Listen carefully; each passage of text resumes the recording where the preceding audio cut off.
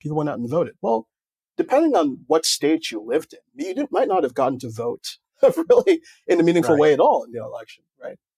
And so this gets at one of the key things I'm trying to do with this book, which is when we say democracy or we say that the system is democratic, we say an election is democratic and so on, what does that actually mean?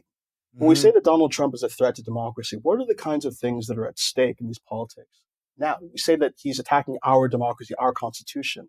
What is the actual democratic character of those things, if it's real at all? And, I think this is an important time to confront these things, not because, we're in a place where they're substantively being brought up to us. These issues are in our faces.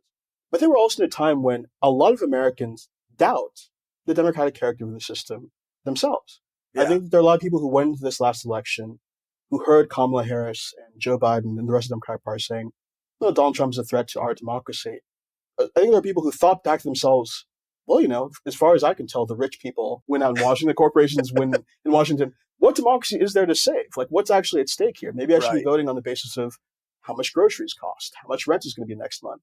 And this hope, and I think it was a mistaken and misguided hope, but this hope that Donald Trump would improve the economic situation. Right.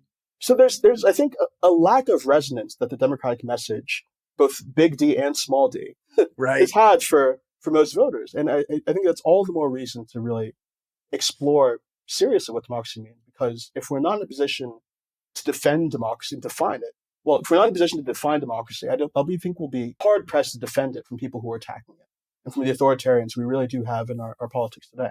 Yeah. So I think that's worth confronting. And it's one of the reasons, again, why I think that most Americans, even if they don't know, all the laws involved, even if they don't know about that ruling, there is this perceived sense that the people who go in to work in Washington, D.C. as the people's representatives haven't been doing anything, from their perspective, on their behalf. And so why not consider somebody like Donald Trump, who is actually going to attack those institutions, right? So I think that, again, we're in a place where if we really care about democracy, and I make the case in this book that we should, in fact, we should have a more radical and expansive conception of what democracy means. Getting there means that we have to have a picture of democracy representing the people that isn't just, your civics teacher told you in high school or grade school that our system, the founders created, was a democratic system and we're supposed to venerate it and protect it and not change anything about it. That's not going to cut it, I think, anymore, substantively. And I think it's not going to be a message, as we saw this last election, that resonates with many Americans. Yeah,